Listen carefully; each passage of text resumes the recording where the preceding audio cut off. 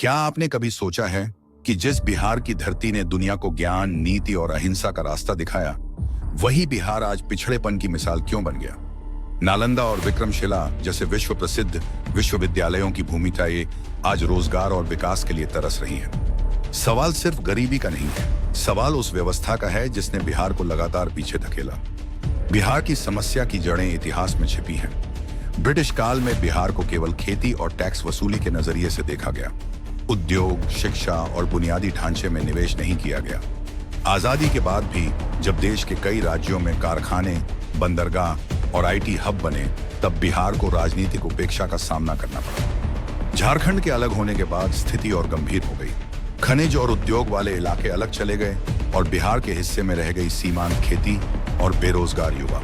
आज भी बिहार की लगभग 70% आबादी खेती पर निर्भर है, लेकिन खेती घाटे का सौदा बन चुकी है।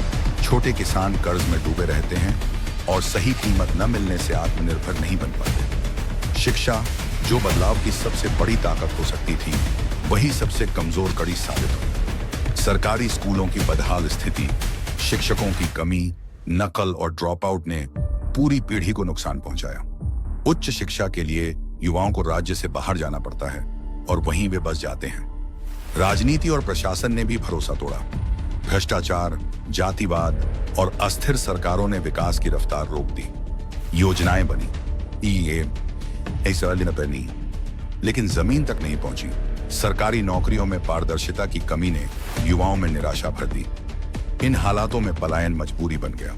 बिहार के युवा देश के हर कोने में मेहनत कर रहे हैं, कोई फैक्ट्री में, कोई खेतों में, तो कोई निर्माण स्थलों पर। उनकी कमाई से बिहार के गांव चलते हैं, लेकिन उनका भविष्य सुरक्षित नहीं होता। फिर भी उम्मीद पूरी तरह खत्म नहीं हुई है।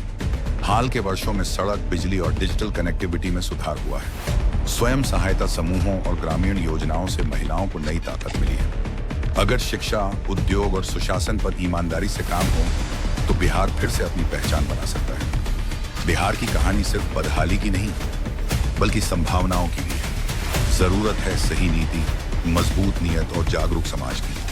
अगर ये तीनों मिल जाएं, तो बिहार एक बार फिर इतिहास रच सकता है।